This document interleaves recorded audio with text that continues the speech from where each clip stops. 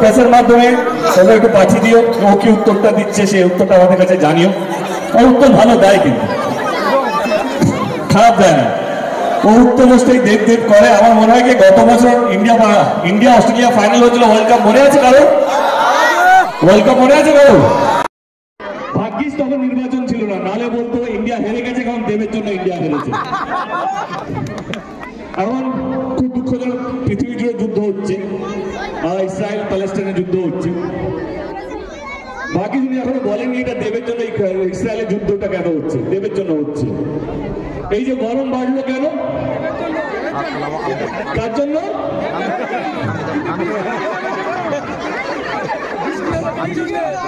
বৃষ্টি হলো কার জন্য? একটু মজা করে, কারণ সবাই তো গরম গরম বক্তৃতা রাখে, আমি ভাবলাম একটু অন্যরকম করি আর কি। থাকে যেটা বলছিলাম যে গত 10 বছরে বিরোধী দল কেন্দ্র সরকারে আছে। আমার বিরোধী দলে যিনি প্রার্থী আছেন একটাই প্রশ্ন, আর সেটাই হওয়া উচিত। রাজনীতির এই একটাই নীতি হওয়া উচিত। আমাকে আমার একজন বন্ধু জিজ্ঞেস করছিল, রাজনীতি তুমি আক্রমণ করো না কেন? ওকে ডাইরেক্টলি আক্রমণ করো না কেন? না, আমার ওর সঙ্গে কোনো শত্রুতা না। আমি টিএমসি করছি বলে সমস্ত বিজেপি নেতারা কর্মীরা আমার শত্রু? না না না না না। একটা দেশ, আমরা সবাই তার ভাগিদার। যতটা আমার অধিকার, যতটা আমার দলের অধিকার, ততটা তার অধিকার, তার দলের অধিকার। আক্রমণ করবোটা কাকে করবো? সবাই আমরা ভারতীয়, এইটা ক্লিয়ার। চলে আসি প্রশ্নতে। আমার একটাই প্রশ্ন হলো, ওনাকে 10 বছর ওনারা কেন্দ্র সরকারে ছিলেন। আমি বলছি মঞ্চে যেখানে যাবেন কাল থেকে, উনি শুধু কেন্দ্র সরকারের গত 10 বছরে শুধু 10টা কাজ বলুন, এইটা কেন্দ্র সরকার করেছে, এই কাজটা অন্য কোনো সরকার তার আগে করেনি। ও যদি বলতে পারে, আপনারা যা বলবেন তাই বলুন। 10টা এমন কাজ গরিব মানুষের জন্য, যেটা গরিব মানুষের উপকার হয়েছে, যদি বলতে পারে তাহলে এমনি ভোটে জিতে যাওয়া উচিত। কারণ নির্বাচনটা দেব কত বড় মানুষ, কত বড় চোর বা দেব কি, সেটার জন্য নির্বাচন নয়। এই দেশটাকে চোরের হাত থেকে বাঁচাতে হবে, যে দেশটাকে বিক্রি করে দিয়েছে গত 10 বছর ধরে। এই নির্বাচনটা সেই নির্বাচন। আমি আরো বলছি, আমার বিজেপি, কংগ্রেস, সিপিএম কারোর সঙ্গে শত্রুতা নেই। আমার ইনফ্যাক্ট সব দলের মধ্যে খুব ভালো ভালো বন্ধু আছে আমার, সত্যি। কিন্তু নির্বাচন আমরা কেন্দ্র সরকারকে প্রশ্ন করতেই পারি, কারণ আমাদের গণতান্ত্রিক দেশ। যেটা আমি শুরুতে বললাম যে আপনাদের অধিকার আছে যাকে ইচ্ছা ভোট দেওয়ার, এবং আপনাদের অধিকার আছে যেই সরকার, যেই দল সরকারে আছে তাকে প্রশ্ন করারও।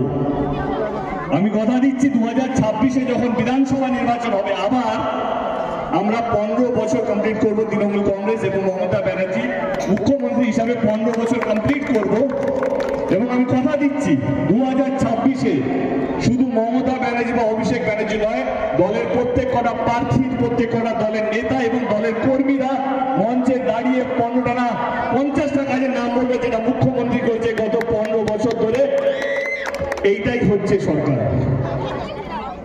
চোর বলা খুব সহজ, কারণ চোর বললে আর কোনো নিজের দলের কোনো কাজ বলতে হয় না। এইটা এইটা, আরে তুমি কি করেছো, তোমার দল কি করেছে সেইটা বলো। আপনিও তো 3 বছর ধরে এমএলএ হয়ে আছেন খড়গপুরে, আপনি খড়গপুরে কি করেছেন সেটা এসে বলুন, যেটা ঘাটালে আপনি করতে চান। একটাও কথা বলেনি।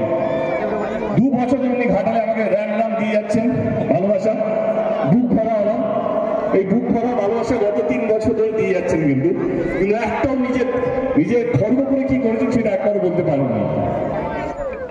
আমার মনে হয় এটা তো প্রশ্ন করার সময়। 3 বছর ধরে আমাকে 2 বছর ধরে প্রশ্ন করে যাচ্ছেন। 10টা কাজ এসে বলুক যেটা কেন্দ্র সরকার করেছে গরিব মানুষের জন্য।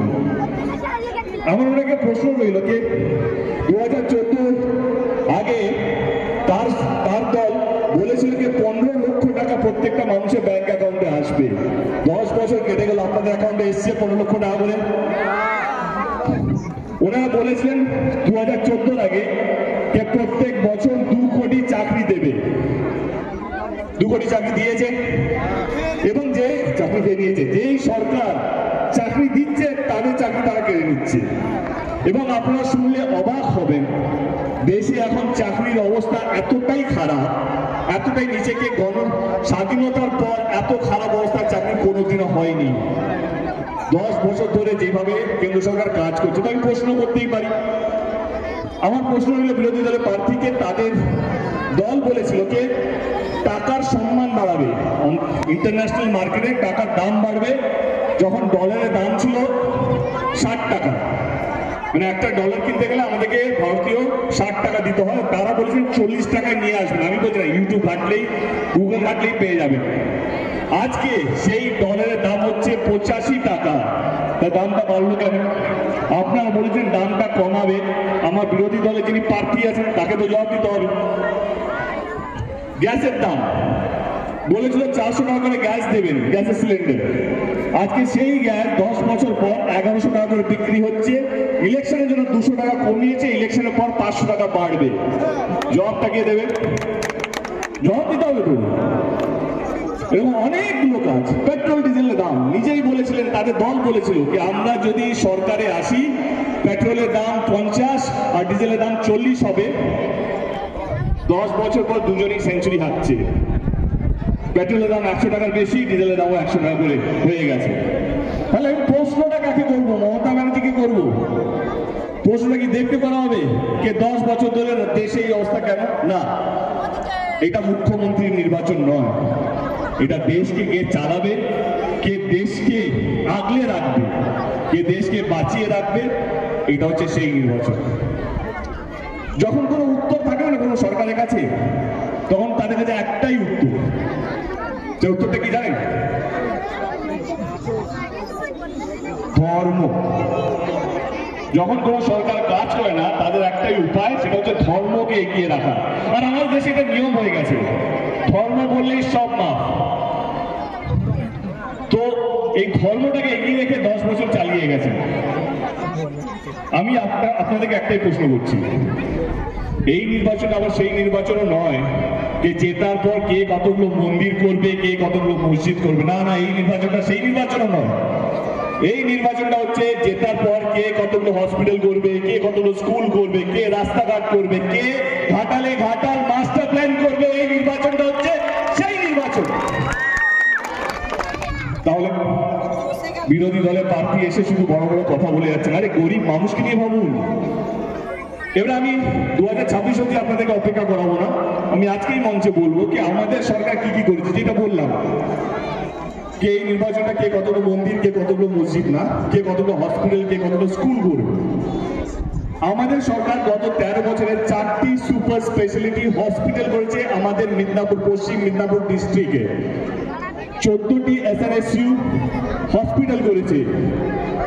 স্বাস্থ্য সাথীর মতন কার্ড নিয়ে এসছে, যেটা 5 লক্ষ টাকা করে প্রত্যেকটা বাড়ির ফ্যামিলিতে বীমা করানো হয়।